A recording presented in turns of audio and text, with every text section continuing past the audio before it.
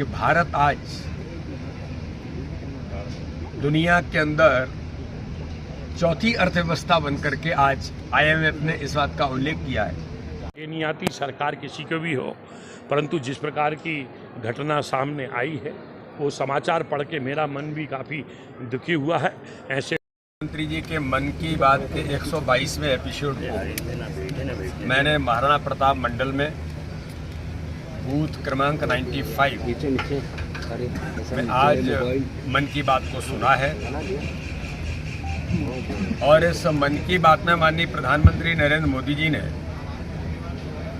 जो आज विशेष तौर पर उल्लेख किया कि सिंदूर ऑपरेशन के बाद हमारी सेनाओं ने जो पराक्रम किया और पाकिस्तान को घुटने टेकने के लिए मजबूर तो किया ही, लेकिन ऑपरेशन सिंदूर के कारण देश के अंदर तिरंगा यात्राओं के माध्यम से जो देशभक्ति का जज्बा लोगों के मन मस्तिष्क पर जो छाया और जबरदस्त तिरंगा यात्राओं के कारण देशभक्ति का एक वातावरण जो बना, कई जगह तो लोगों ने अपने बच्चे जो पैदा हुए उनके नाम सिंदूर रख लिए। ये आज माननीय प्रधानमंत्री जी ने इसका विशेष उल्लेख किया है। सेनाओं को इस बात के लिए पूरा देश सेनाओं को अप्रिशिएट करता है और माननीय प्रधानमंत्री जी ने भी इस बात का उल्लेख किया है। एक बात बड़ी महत्वपूर्ण माननीय प्रधानमंत्री जी ने आज कही कि वोकल फॉर लोकल का जो नारा है, देश में निर्मित वस्तुओं का उपयोग करने का एक फैशन तो अब शुरू हुआ ही है, लेकिन माननीय प्रधानमंत्री ने कहा कि लोग अगर अब छुट्टियों में कहीं घूमने जाना चाहते हैं तो विदेशों में नहीं, भारत के अपने डेस्टिनेशन में जाना चाहते हैं। जैसे मेरा संसदीय क्षेत्र iconic city world heritage Khajuraho, तो पहले खजुराहो में विदेशी पर्यटक आते थे, लोकल टूरिस्ट कम आता था, लेकिन अब लोकल टूरिस्ट बड़े पैमाने पर बढ़ा है। इसी प्रकार से वेडिंग जो लोग विदेशों में जाकर के करते थे, वेडिंग इन इंडिया का नारा अब ये साकार हो रहा है कि नौजवानों में एक चार्म है कि अगर हमें वेडिंग डेस्टिनेशन वेडिंग करना है तो भारत के ही किसी डेस्टिनेशन पर करना।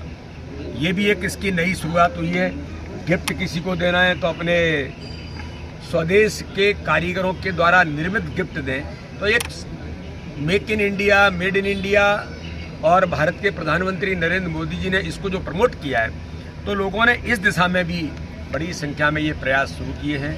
ड्रोन दीदी के बारे में हम सब ने सुना कि जो एक माननीय प्रधानमंत्री जी ने लखपति दीदी के साथ एक ड्रोन दीदी टेक्नोलॉजी का उपयोग करके हमारी बहनें शुरू करें, ये अब उनके आजीविका का माध्यम बन गया, उनके रोजगार का बड़ा माध्यम बन गया। और इसलिए वे ड्रोन ऑपरेटर नहीं, स्काई वॉरियर्स के नाम से अब ये बहनें इस रूप में इन्हें लोग जानने लगे हैं और बड़ी संख्या में आज रोजगार के अवसर इस माध्यम से उपलब्ध हो रहे हैं। अंतर्राष्ट्रीय योग दिवस आने वाला 21 जून, आज से ही माननीय प्रधानमंत्री जी ने जिसका उल्लेख किया, उन्होंने कहा कि पूरा देश तैयारी में जुटा है और आइकॉनिक जो हमारे सेंटर्स हैं उनको इस बार और फोकस कर रहे हैं। तो इसलिए देश के अंदर आने वाला 21 जून जो माननीय प्रधानमंत्री जी ने जिसकी शुरुआत की, भारत के कल्चर, भारत की संस्कृति का बड़ा आधार जो योग, जो दुनिया ने इसको स्वीकृति दी है, अंतर्राष्ट्रीय योग दिवस 21 जून को है, उसकी तैयारी के बारे में माननीय प्रधानमंत्री ने कहा है। अभी जो नेशनल गेम्स अभी हुए हैं बिहार के अंदर, उनका माननीय प्रधानमंत्री जी ने उल्लेख किया है। आगामी आने वाले समय में खेलो इंडिया के माध्यम से हमारे बच्चे कैसे आगे बढ़ रहे हैं, कई प्रकार के उन्होंने उन बच्चों का उल्लेख भी किया है कि किस राज्य के बच्चों ने इतिहास खेलो इंडिया के माध्यम से इन नेशनल गेम्स में बनाया।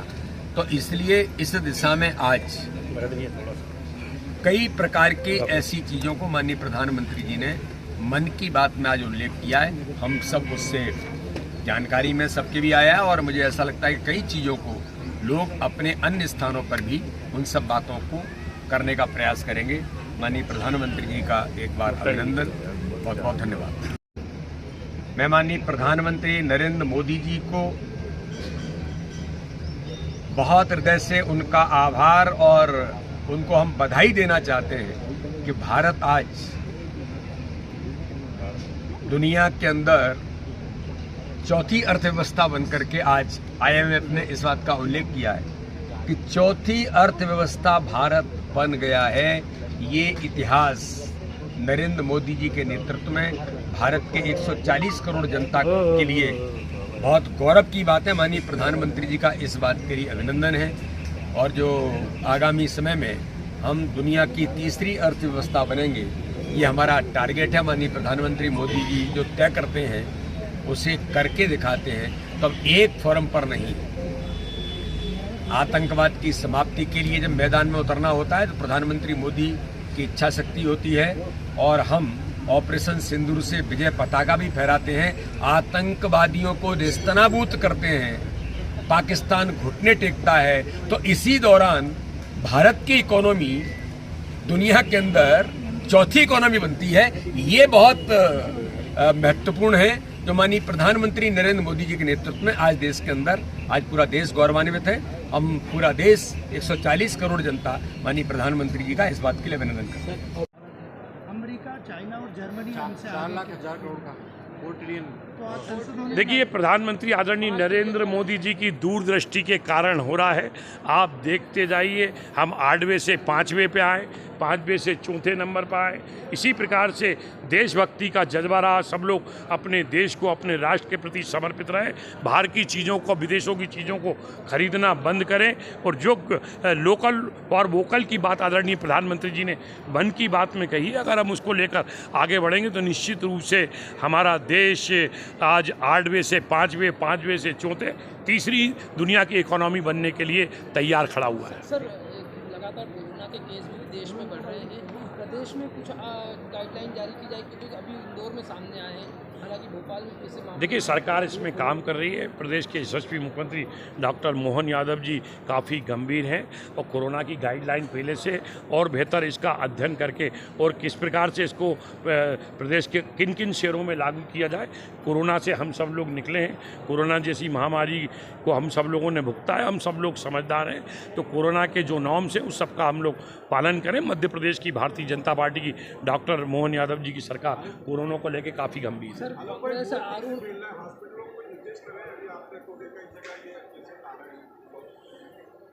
मुझे लगता है मैं आज ही भोपाल हरिद्वार से लौटा हूं। मैं आज ही भोपाल कलेक्टर से चर्चा करके भोपाल के सभी संबंधित अस्पतालों को क्या गाइडलाइन जारी की है उस पर चर्चा करके आपको बताऊंगा। सर, खंडवा में एक घटना होती है, आदिवासी महिला के साथ गैंगरेप किया जाता है, कांग्रेस प्रश्न उठा रही है और गैंगरेप करने के बाद उसके साथ विधेयता की जाती है। देखिए, ये नहीं आती सरकार किसी को भी हो, परंतु जिस प्रकार की घटना सामने आई है वो समाचार पढ़ के मेरा मन भी काफ़ी दुखी हुआ है। ऐसे लोगों को कठोर से कठोर कार्रवाई हमारी सरकार उनके ऊपर करेगी। कानून अपना काम करेगा, किसी को भी नहीं छोड़ा जाएगा।